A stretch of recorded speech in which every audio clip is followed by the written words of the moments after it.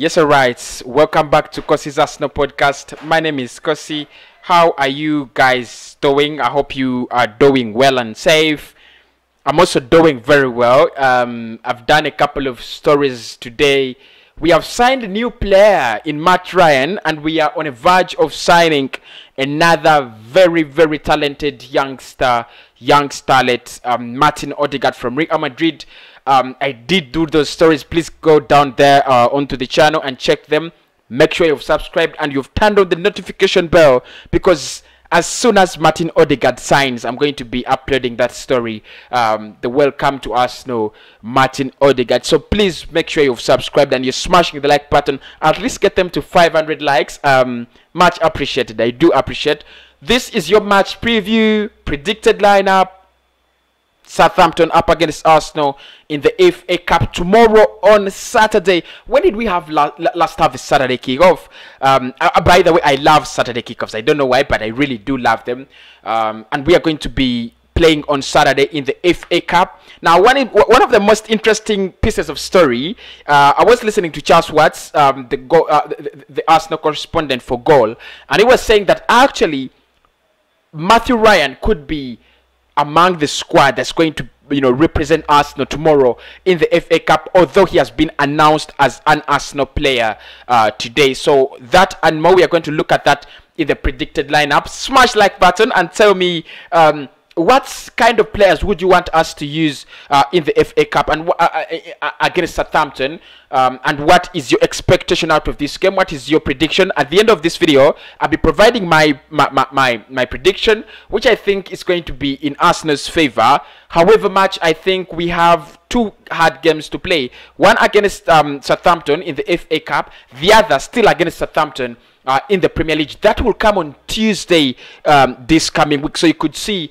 games are coming in thick and fast, and we do not have a lot of time. So let me quickly run through the predicted lineup and see who could actually stand in for Arsenal, who could actually be starting for Arsenal. What is Mikel Arteta going to choose? Is he going to go for a second lineup? Is he going to go for the first lineup? Because I think the FA Cup is the only silverware we can win, but still we have a lot of work to do in the league. We need to keep our players fit. We need to keep our players fresh. So it's not really good, wise counsel, for Mikel Arteta to use the first team players, all of them. It might not be very, very wise counsel. But let us go down there in the predicted lineup and see which lineup could actually be fit for Arsenal. Now, in goal, there are so many questions. I mean, there's so many, questions. Is Matt Ryan going to start? Blah, blah, blah, blah, blah. He has joined Arsenal, yes and no. And Charles Watts says he might be part of the squad. And that's the reason as to why he's been announced early today, so that he could actually be a part of the squad in the FA Cup against Southampton. But it would be very early for him to be in goal. And trust me, I'll be very, very surprised if I saw Matt Ryan in goal for Arsenal, against Southampton. I'll be very shocked. I think he's proven it. He's been at Brighton. He's done all he could. He's a very good backup goalkeeper. He's going to be, I believe he's going to be a very, very good backup goalkeeper. Give competition to Leno, but it is too early. It's too early to play him. So I'll go with Ban Leno, who I think is going to be a major appearance. Who is going to make major appearances if it comes to Arsenal actually this season. So I think Ban Leno stays in goal. In the centre back positions, you should help me out, because I don't know who's even going to play. Is it going to be Scotland Mustafi? Hell no, I don't want to see him in that. But let us all agree on this. We should agree that Gabriel Magalhaes should come back in this in the Arsenal lineup. He's missed a couple of games now. Of course, we know he tested positive with the coronavirus, and then he has not been.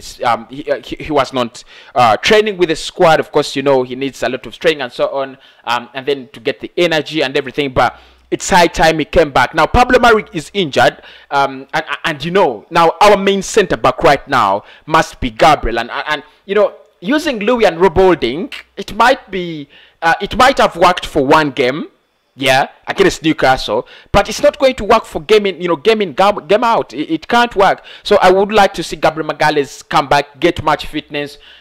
If I don't remember poorly, he got a red card. He got a red card against Southampton, and that's the last game he played for us. Now, if you still remember, way back when we were playing Southampton in the first leg of the Premier League. So I would want to see Gabriel partner Rubolding or David Lowy, but I'm going to go with David Lowy. And please do not think I am putting out Rubolding because I think he's been doing well. For fact, I think he's really been doing well. But I'm going to go for David Lowy, and I have my own reasons, and I'm going to tell you why I'm going for David Lowy. Let's just do it like this.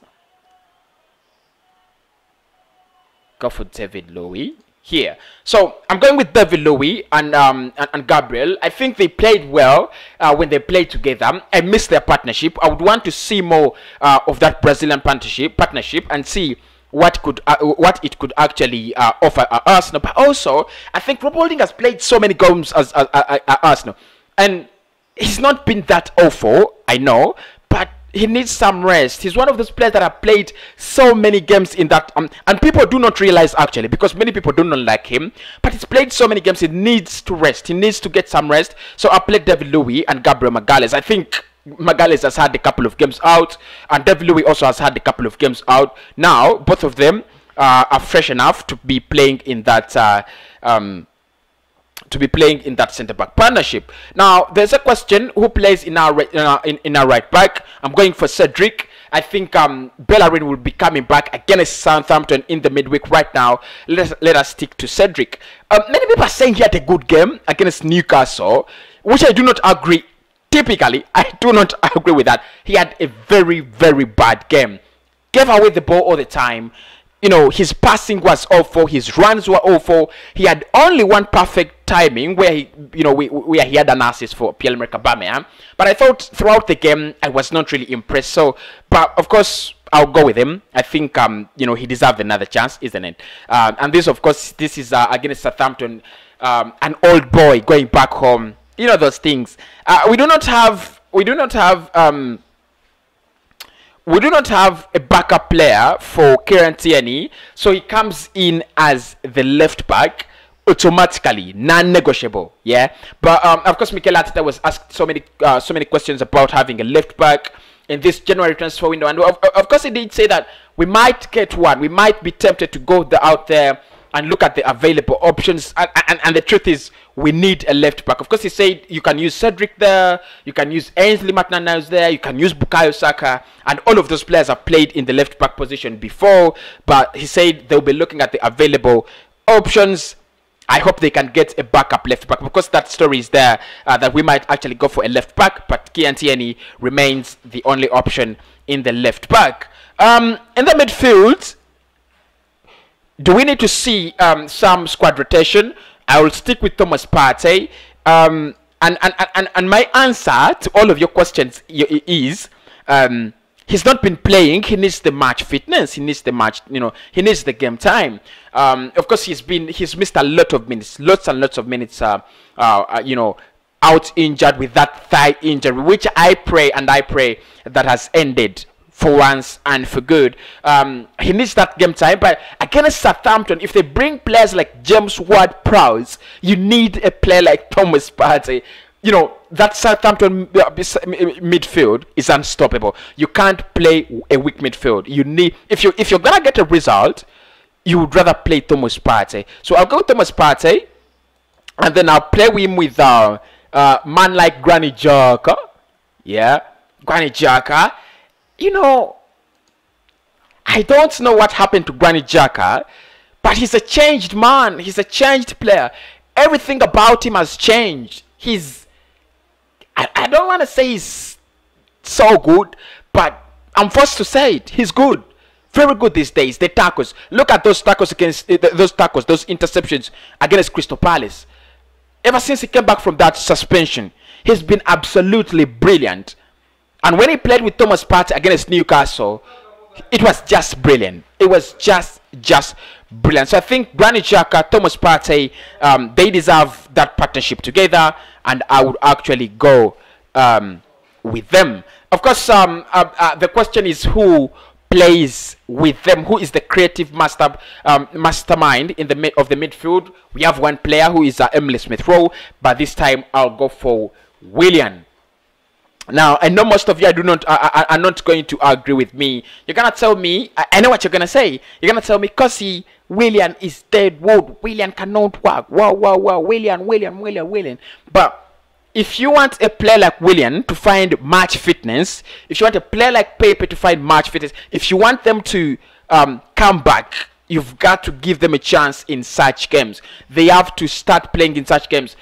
FA Cup, Europa League, because there's no way they're going to be at Arsenal without playing football. Like, they do not contribute anything. You can't overwork the youngsters to play in the FA Cup, Europa League, and in the league. I mean, it's just not fair. So Willian has to... These are the games where Willian has to prove a point that, you know, the competition provided by Emile Smith-Rowe is too small for his level. That is when he has to prove a point. And I think that could be my midfield. I would rather play a 4-2-3-1, but, you know, the formation here looks like a 4-3-3. In the left wing, I'm going to play Pepe. Well, I don't know if Mikel Arteta can do that, but it would be something good. I'll play Pepe as an inverted left winger. I don't know if you guys do understand, but if you understand, then that is brilliant. So I'll play Pepe as an inverted left winger. In most of the cases, we have been playing Pierre-Emerick Aubameyang or Gabriel Martinelli on the left, or Saka. But now, I think it's time for Pepe to change from the right wing. We've seen he's not working well in the right wing. Why don't you try him behind the striker? Why don't you try him on the left? And I would want to see more of Pepe on the left when he's playing as an inverted winger, you know, getting much of space, cutting in, taking in the shots outside the box, taking the free kicks, using his left foot and right foot both, you know, at once, because that gives him that opportunity. I would love to see him play on that left wing and see how much can he actually deliver. So I'll play him on the left. On the right wing, I don't know what you guys are thinking. I'm not thinking about Saka. I'm not thinking about Gabriel Martinelli. I'm telling you, none of them. So you know what's in my head, not so? You know, yeah. On the left wing, let us go with Reece Nelson. Now the problem is he in my? Is he in my? He's here. Reece Nelson. So let us go with Reece Nelson on the right wing. I think he deserves some time. I don't know whether he's fully fit, but if he's fully fit, he deserves some playing time. He's one of those youngsters that have really worked hard to be where they are at Arsenal. Ainsley Maitland-Niles, Reece Nelson, Bukayo Saka, Martinelli. You know, they have really worked hard to be where they are, and it really hurts me that I cannot give Edin Ketia a chance. I can't give Balogun a chance right now. I can't give players like you know, Willock a chance, but they have also worked hard. But I think there is some quality in Reece Nelson. Look, you know, he is not performing to my satisfaction, and I'm one of those people who always criticize his performances when he's on the pitch. But I think if you give him more game time, he might actually spark off. You see, when you play Smith-Rowe, Nelson, Martinelli, and Saka, they have something in common. They understand each other. They have that chemistry. Maybe they could actually, you know, do something together. So I'll go with Reece Nelson there. And finally, at the striker, I'm going with Alexander Lacazette. I think Lacazette is in very good form. Yeah, he is in absolutely good form, and I appreciate it. You know, I do appreciate him for that. I really do appreciate him for that. But you can't risk keep him out of the squad. You need to give him more games as a striker. At least give him 45 minutes on Saturday, and then give him more 60 or 70 minutes on Tuesday against the same opponents.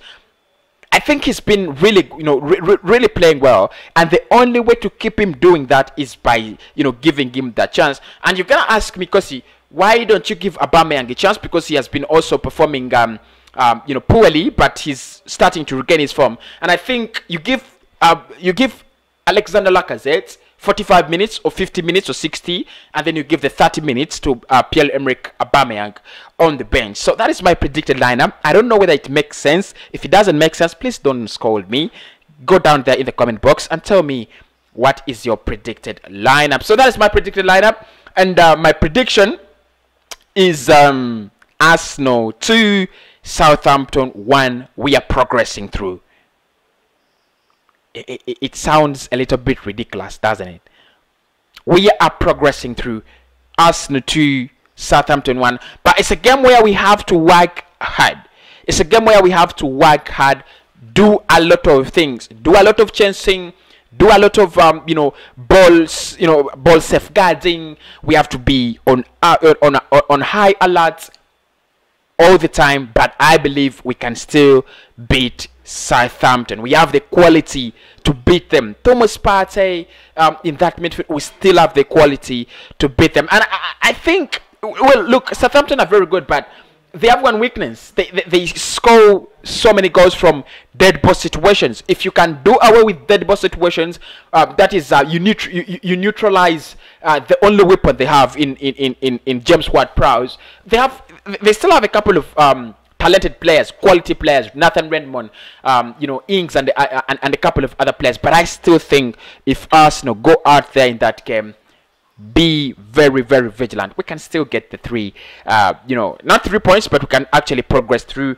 like 2-1. Not so. My name is Kosi, and that's been your match preview for Arsenal up against Southampton, the predicted lineup.